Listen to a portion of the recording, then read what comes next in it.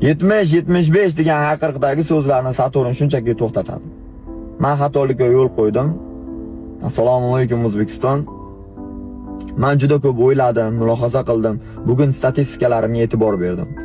1.100.000 podpischalarim ichida eng ko'p kuzatadigan bu Toshkent 1-o'rinda, 2-o'rinda Samarqand, 3-o'rinda Surxondaryo, 4-o'rinda Vodiy. 12 viloyat Qoraqalpog'iston Respublikasi teng etapda meni qo'llab-quvvatlab shu darajaga olib kelgan ekan. Shunchaki qoyil. Saturnni shu darajaga kelishiga hamma o'zbekistonliklar harakat qilib shu darajaga olib keldi. Men esa qanaqadir salgina xatolikka yo'l qo'ydim.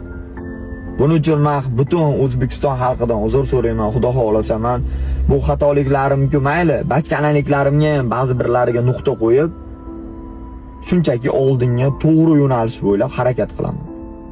Davlat xizmatidagi insonlar ular to'g'ri fikrlaydi. Nima uchun bilasizlar?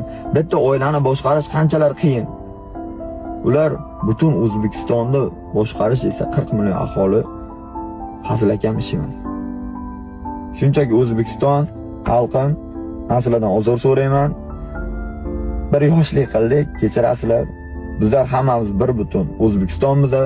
Xudo xolasa Saturn g'alabalaridan so'ng faqat O'zbekistonni baqirib, mikrofonda gapirishlarni o'z me'yoriga, to'g'risiga olib kelib, faqat kerakli so'zlar bilan shunchaki tugatadi hammasini. Rahmat hammaga. Men sizlarni yaxshi ko'raman. Men o'sha oddiy xalqdan chiqqan jaydariga Saturnman. To'xtab qolish yo'q. Faqat O'zbekistonga, biz O'zbekistonga manfaat tegadigan kerakli ishlarni qilib, biz o'z hikoyamizni tugatamiz. Jonlaringiz sog' bo'lsin.